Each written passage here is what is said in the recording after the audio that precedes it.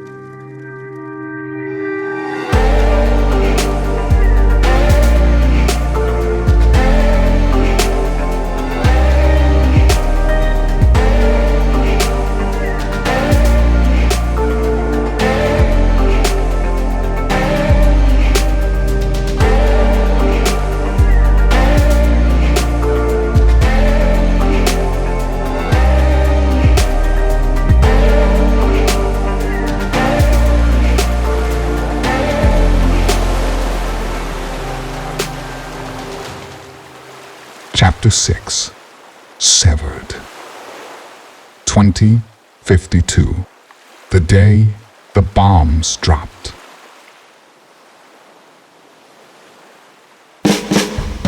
It was a beautiful day as the California coast held within it a spectacular view of the vast blue oceans off into the distance.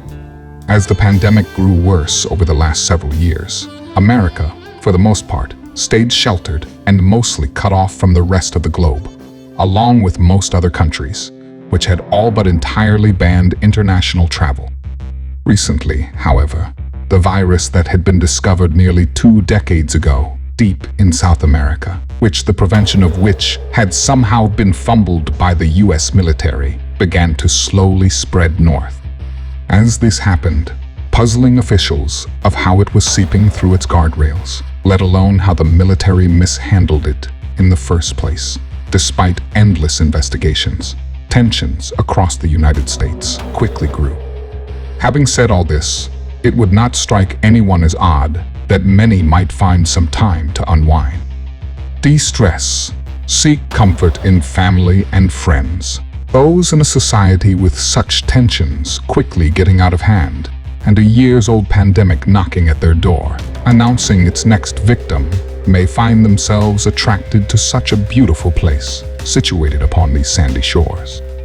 And along this coastline, this watery utopia, sat a beach house which held a view of the sparkling Pacific Ocean, while sitting blissfully within an alluring, late-morning calm. San Diego was the perfect place for him to live, as he maintained a very lucrative contract with a covert and controversial government agency that operated not only in the United States, but in cooperation with the Mexican cartels south of the border as well. This agency, despite several attempts by Congress to be reined in, only became stronger and more powerful, as it took advantage of the chaos closing in on the country from all sides. And this classified outfit, this seemingly rogue wing of the American government, had countless agents strategically planted across the globe. And one of these agents, which resided within this beach home, was none other than Thomas Shields. Thomas was sitting next to his young boy, Seth, appearing to be around 11 or 12 years old. As they watched TV, they displayed a laid-back vibe that spelled a small break for the pair, as they simply wore casual clothing while they calmly relaxed near one another. Suddenly, a knock came at the door as the two looked over at each other. "Stay here, bud. That might be your mom picking you up," Thomas said. Seth, confused, replied to his father. I thought you were taking me to my school to meet her later, he said, reminding his father of their new meeting spot. Thomas replied while still heading toward the door. Okay, smartass. Maybe it's the Easter Bunny, then, he said sarcastically, causing Seth to laugh. As Thomas opened the door, the man on the other side caused him to spin around to peer at his son, making sure he wasn't looking. He then turned back to the visitor and addressed him quietly. I'm not supposed to be contacted today. The visitor was a thin Asian gentleman who was clean-shaven and wore a black suit. He had jet black hair and wore dark shades. The man then handed a briefcase through the door over to Thomas and threw him a smirk. With that, saying absolutely nothing in response, he turned and made his way back to his black Mercedes, still running and parked on the side of the road. Thomas watched the man leave and slowly closed the door. He then crossed the large living room that they were watching TV in and headed toward a larger room with a view of the ocean outside. Seth noticed his father not rejoining him in watching TV and began to question the matter. What's up? Thomas paused, still holding the briefcase, and turned and looked at his son and replied, I'll be right back. Seth, noticing the case, knew that his father had been given more work and rolled his eyes with a reluctant nod in agreement. The room that Thomas was entering was obviously used as a home office. He quietly closed the door as he put the briefcase on a desk in front of him and verbally cued the lights to come on. And as they came on, stacks of laptops seemed to be everywhere. His desk was cluttered with notes, as he always liked to write things down, wary of spyware capturing his thoughts. He went around the desk and opened a drawer that led to a messy, unorganized accumulation of about 30 or more cell phones. As he rifled through it, he came across one that seemed to satisfy him. As he studied the back of the phone, he closed the drawer and turned it on. He then placed it on the briefcase and waited.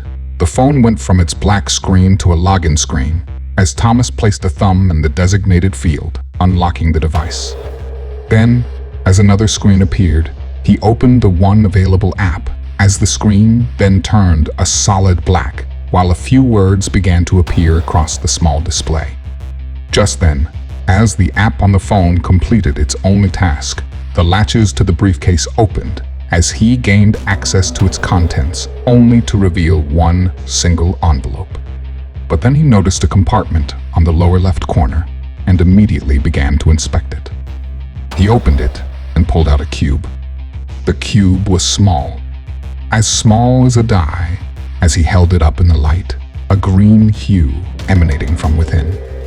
Looking back down into this compartment, he then noticed a small syringe. He did not like seeing these objects as he stared at them, feeling more anxious at what the envelope's contents might be. He opened it and pulled out one piece of paper. And that paper read, Agent 4, you are hereby given notice. Your position with the cartel has been suspended. Congress has launched another investigation into your relationships with several of our mercenaries in southern Mexico. Your position has been compromised. As the security of our client is at the forefront of our mission, you are being instructed to halt all of your assignments and return to headquarters for debriefing.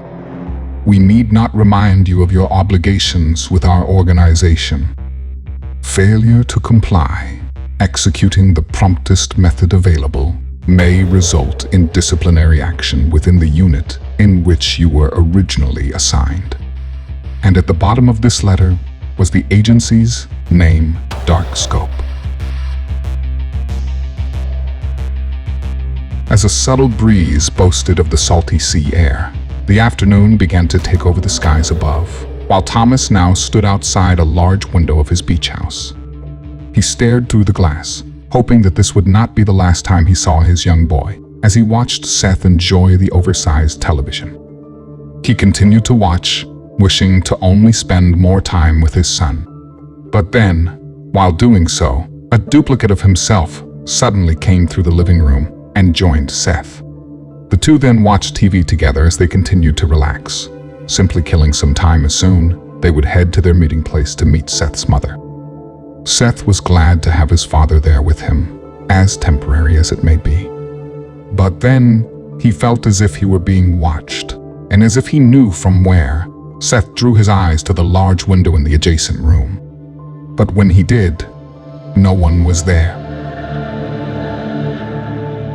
Thomas gazed into the sunset over the ocean, taking in all its splendor. As beautiful as it was, however, he did not feel that it compared to the beaches of San Diego. Suddenly, a man walked up to him, snapping him out of his daydream of his last memory of his son by patting him on the shoulder. Now, in present day, and somewhere in South America, he found himself surrounded by a sizable army, with several men now in the background, unloading supplies from a large vessel at a nearby rundown dock. Thomas slightly peered over at the hand on his shoulder, mostly through his peripherals, as the man it belonged to began to speak. It was Chavez Cruz, the head of the Sinaloa. "Do not worry, Mr. Shields. Linkov is smart for enlisting me and my men. You are in good hands now. We always fulfill our contracts," he stated with confidence. Thomas, without looking over to the man, posed a simple question, hoping for a positive update on a particular matter that had been on his mind since he first set out with the cartel leader. "And what of my point, man?" Chavez looked over at his new partner. "My uncles are already with him. They're narrowing in on the kinetic signal now." A small smile crept across Thomas's face while he muttered his one-word response. "Good." The pair then slowly turned to look at the nearby Ecuadorian jungle, holding within it the distant town of Esmeralda. As one could observe the now bustling beaches of Ecuador, it would become quickly apparent that the Sinaloa spared no forces. As the army of cartel soldiers slowly began to take over the shores, Thomas and Chavez gazed at their task ahead. They now had a daunting agenda lying before them, as they must now track this rogue cartel, which had seized a small portion of Linkov's soldiers, and the Chancellor leading them. And they must begin this task from where they currently stood, the sandy beaches of South America. Meanwhile, in Japan, the country roads of the isolated island nation were like that of any other. Not much different until you pay closer attention. Off in the distance, seeming to sprout up everywhere through the cypress and cedar trees, tall thickets of bamboo meandered their way through the nearby woodland.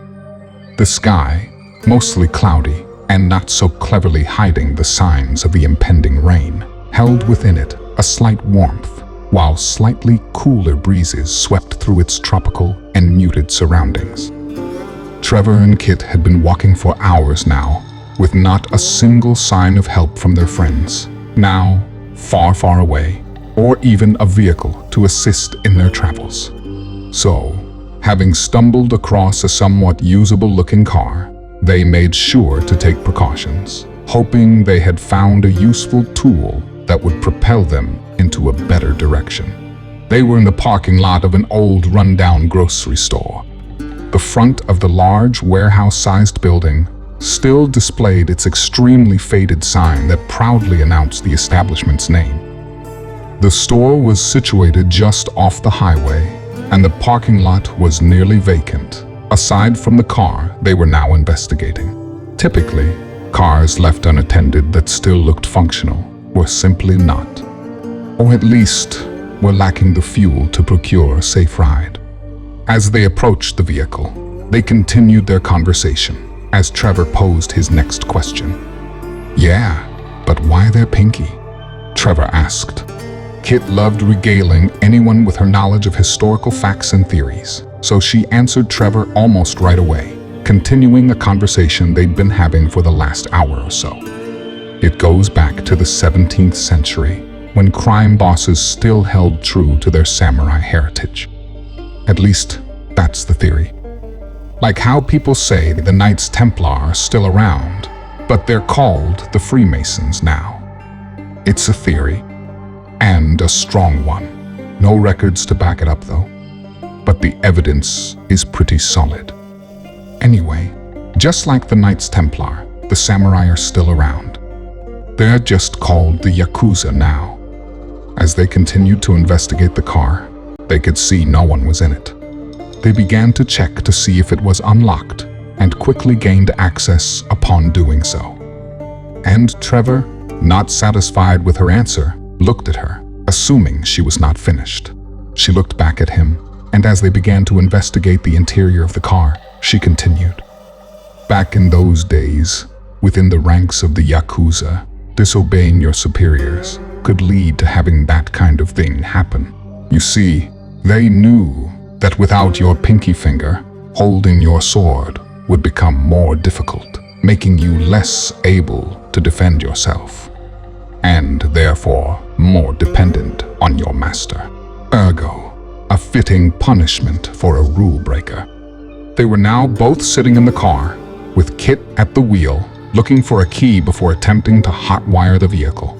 She noticed a compartment below the radio that appeared to pull out. As she opened it, Trevor continued to talk, while he also looked around for a possible key. That's fucking intense. As she investigated the small compartment's interior, she replied to him with the same sense of indignity regarding the current subject matter. I know, right? And that's not the worst part. They make you cut it off yourself and present it to your superior on a handkerchief or some shit like that. As scary as they are, those fuckers got one weakness. Trevor, out of curiosity, stopped looking through the car and looked at her. And what's that? He inquired, and not missing a beat. She replied, You killed the leader. You're in charge. Just then, from the sticky confines of the surprisingly deep yet very small compartment, Kit pulled a car key out. Got it. Just then, the two were startled by the sounds of tapping around a vehicle as several men ran their pistols along the exterior surface, making their way to the front of the car. The men were all Asian and each wore black suits. And behind them sat several pristine luxury vehicles that they had quietly arrived in. Immediately, Kit locked the doors and put the key in the ignition and turned it. The engine did not even attempt to roll over as the dome light above their heads dimly flashed. It was, at that moment, the two quickly realized why the vehicle had been abandoned in the first place. They stared out their windshield as a well-dressed individual came around and stood in front of it and peered in at them as he slowly crossed his arms, holding a stern expression upon his face. Kit, always one for somehow putting a funny spin on things, made an observation. You think they still get their suits dry cleaned? Because I just can't see how they keep those things so perfectly clean and pressed. She looked over at Trevor and continued her comments in a somewhat serious fashion. I mean, back on Darius, laundry's a bitch. Trevor let out an audible sigh at her attempt at small talk, looking over at her with disbelief. Suddenly and without warning, both their windows were smashed in by men wearing black leather gloves, and the doors were then quickly unlocked. But before Trevor and Kit could explain that they would cooperate, they both found themselves being drugged from the car. It's not as if Trevor was expecting any degree of friendliness, but still, he could not help but feel as though they were being overly rough with the pair. Was it possible that these gentlemen were connected to the men him and Kit had just watched burn to a rubble? This thought quickly flashed across his mind as they were soon brought to one of the many vehicles behind them, its back door slowly opening.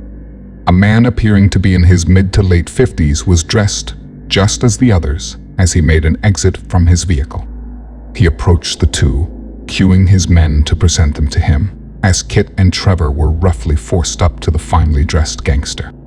Once they were a suitable distance from one another, this man, clearly appearing to be the leader of this organization, removed his glasses and looked at Trevor. He then began to speak to the pair with a thick Japanese accent, while attempting his best English. I do not suffer American filth. I have creative ways to handle each of you. But first, you tell me where I find device, like one you came in." Trevor and Kit looked at each other. How did he know? "We destroyed the capsules," they both thought. And the man, clearly reading both of their expressions, clarified the situation the pair had found themselves in.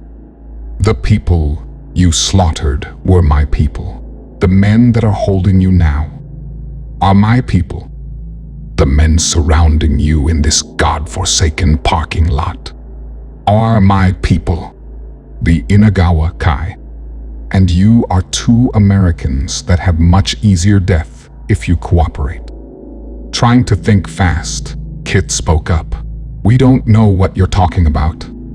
We were just passing through," she yelled. But the man kept his gaze at Trevor as he quickly reached into his inner coat pocket and retracted a handgun. And while keeping his stare at Trevor, he pointed the gun as he pulled the trigger. Trevor flinched and looked over in disbelief and anger as Kit sustained a bullet right between her eyes and fell to the ground. Trevor looked at the man, about to speak his mind, as he noticed the man nod to the captor that held him in his clutches. Trevor then felt himself quickly subdued and going unconscious as his aggressor behind him squeezed an area of muscle and cartilage within Trevor's neck, knocking him out cold. Then, the last thing he felt was the hard asphalt hit his head as the world around him went dark, a theme he seemed to be much too familiar with. Moments later, Trevor felt himself coming to as he found himself in what seemed to be the back rooms of the grocery store with cement flooring and a ladder leading to an upper-level storage unit. The dead giveaway that he was still in the same location were the large signs displaying the store's name they had seen just outside, leaning against the metal siding of the small warehouse he was now in. As he began to take in his surroundings, he first noted the feeling of a rope that had his hands tied behind the chair he now sat upon. The room had no men in it, just him, as the light flowing from the large ceiling windows lit up the entire area. Just in front of him sat a dusty wooden table and a single knife. That's when he noticed a man begin to come into focus. A man who saw Trevor beginning to wake. As things around him became more definable, he identified a door directly across from him, which stood wide open. And there, just beyond that door, right outside, were a few men in their typical black suits, smoking cigarettes and casually speaking with one another. The man who took note of Trevor coming to was the same man that had just shot his companion and teammate in cold blood. And how Trevor despised him. He gave him a look of hatred as the man approached him and sat in a chair at the opposite side of the small wooden table. The rest of the Yakuza slowly followed their boss and watched the interrogation unfold. Trevor began to speak, seeming to carry no respect for his captor. "She didn't have to die like that. We weren't even putting up a fucking fight," he snarled. The man now sitting across from Trevor softly chuckled and then signaled something to his men. Quickly, making his head slightly spin, Trevor now found himself becoming surrounded by 3 of them as they began to untie his right arm. Once freed, 2 of them forced Trevor's arm to the table as the other grabbed him by the scalp and hair and held his head up with a blade to his throat. The man which now sat across from Trevor held a serious expression across his brow as he began to introduce himself, picking up the knife which had been placed on the table between them, while Trevor's hand was forced to the wooden surface, his fingers spread out. Now, unable to move from his manned restraints, the 3 men held him tight. Trevor felt as if he knew what was about to come next, somewhat wishing he'd never even asked Kit for the history lesson regarding these infamous gangsters just earlier that day. Meanwhile, however, just outside and laying in an unnatural position, face down on the cold asphalt, Kit, against all logic, began to move.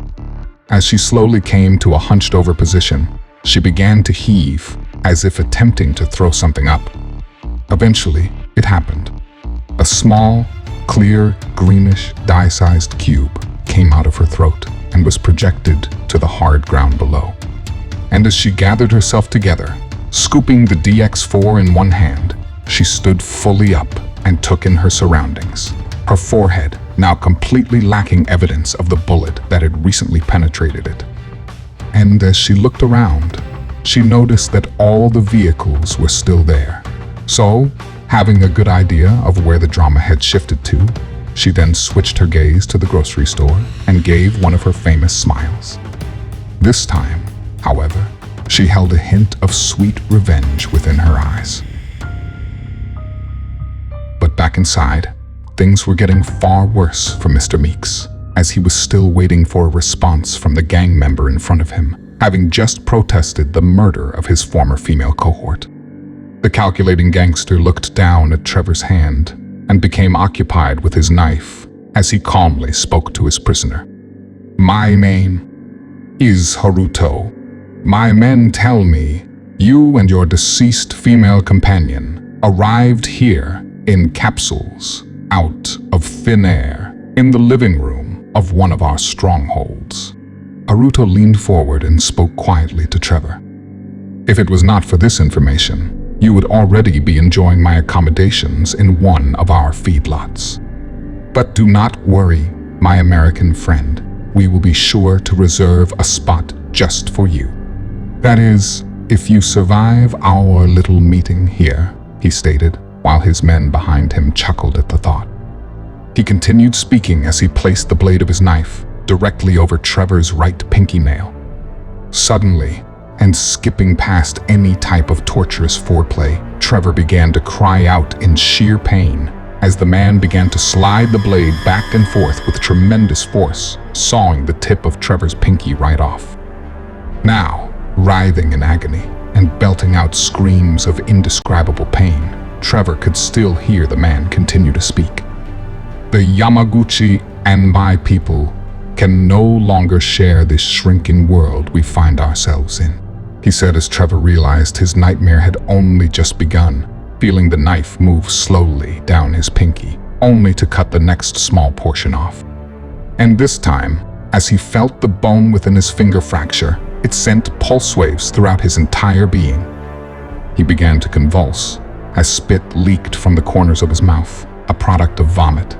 His body had attempted to push out, only unable to harness the strength to fully do so. All this from the overdrive his body was now in, as the man relentlessly sliced off one small portion after the other, speaking ever so calmly as he did so. "My brothers and sisters must have the upper hand. I need to know where I can find technology like this." After he said this, the pain pulsated as Trevor felt the bloodthirsty gangster cut into his pinky once more. Now fading in and out from the intense pain, his smallest finger was now completely severed into small, bloody pieces in front of him. He looked at his enemy with tears in his eyes as he felt the blade move to his next finger as his skin was pierced once more. But just then, Trevor flinched at the sound of gunfire as he felt the warmth of blood and brain matter splash across his face. Is this death? Is this what death sounds like? What it feels and tastes like? He thought, focusing on the man in front of him, who now let the knife fall from his hand to the wooden table below. Then, bringing a confused expression to his face, this crazed gangster, this Yakuza crime boss, now had a gaping hole in the front of his head as he came crashing down, face first, right in front of Trevor. He looked past the hunched-over gangster as he noticed all his men now bowing their heads to their new leader. Kit was now standing in the doorway, holding a rifle she had acquired from one of the vehicles just outside. And then, as she lowered it and looked at the dressy criminals, she quickly barked her first order. "Release him, now."